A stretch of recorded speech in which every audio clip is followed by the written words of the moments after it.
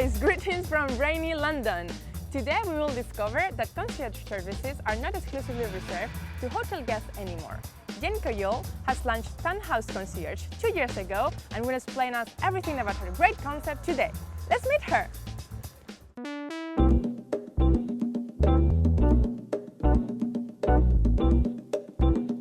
Hi Jane! Hi Lucia.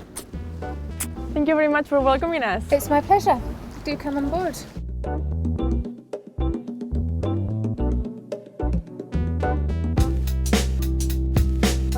And so we wanted to know what's the concept of Townhouse Concierge? Okay, so very much based on a concierge you would find in a five-star property. So there to provide clients with a wide range of services, but obviously I don't focus to tourists as a tourist would be in a hotel. My clients are all London based or have a London pied-à-terre, come to London and have a wide range of demands.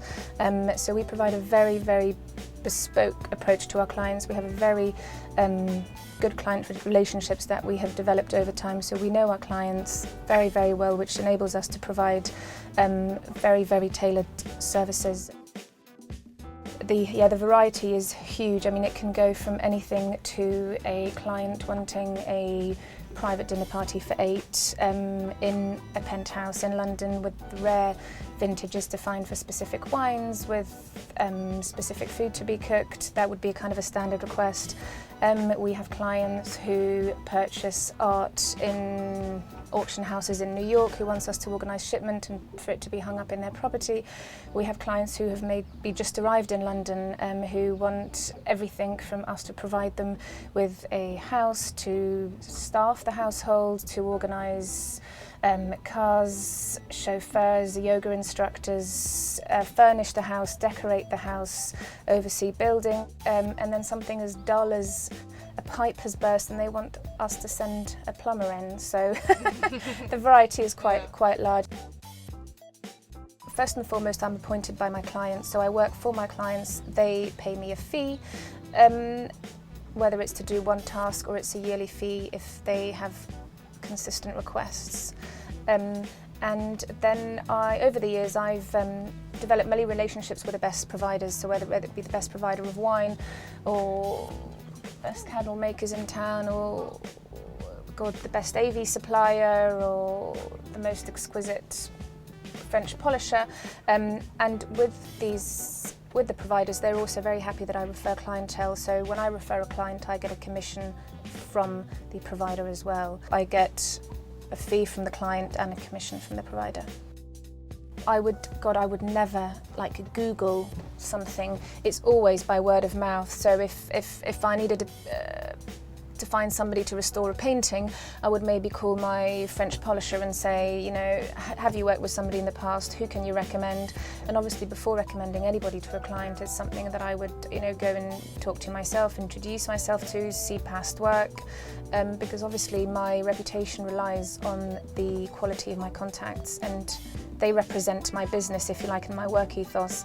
And if they let me down, then my clients have very little patience. If something isn't right firsthand, they'll move on. It relies on word of mouth, especially at that level of clientele. They're so used to people maybe preying on their wealth or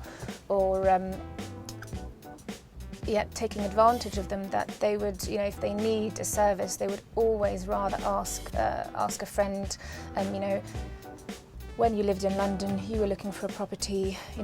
Who did you ask? Or when you were in London, you got debenture tickets to Wimbledon. Who provided them for you? And they'll always take word of mouth recommendation over anything else. And that's how I get my clients as well. At the moment, we do. I work in London, but I also work. I do work in Geneva and work in Greece, in Mykonos as well, and I have done things, in Geneva and Gstaad and throughout Europe, but offices are in London.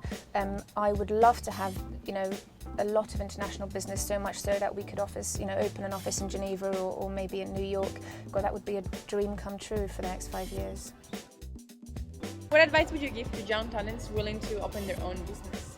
Well, first of all, to make sure they have worked hard on their idea and that it can be it's a feasible one in their market to do market research, but maybe most important of all is to ask industry advice, to take the time to meet with somebody who has been in the industry 5, 10, 15, 20, 30 years maybe, and just to listen to what they have to say, because after all, getting advice from people within that industry is second to none, is invaluable.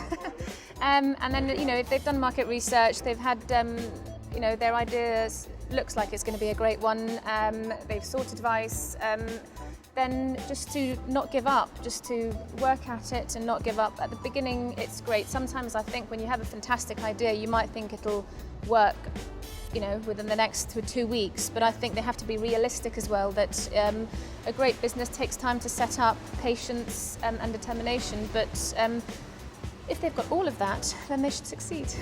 Great.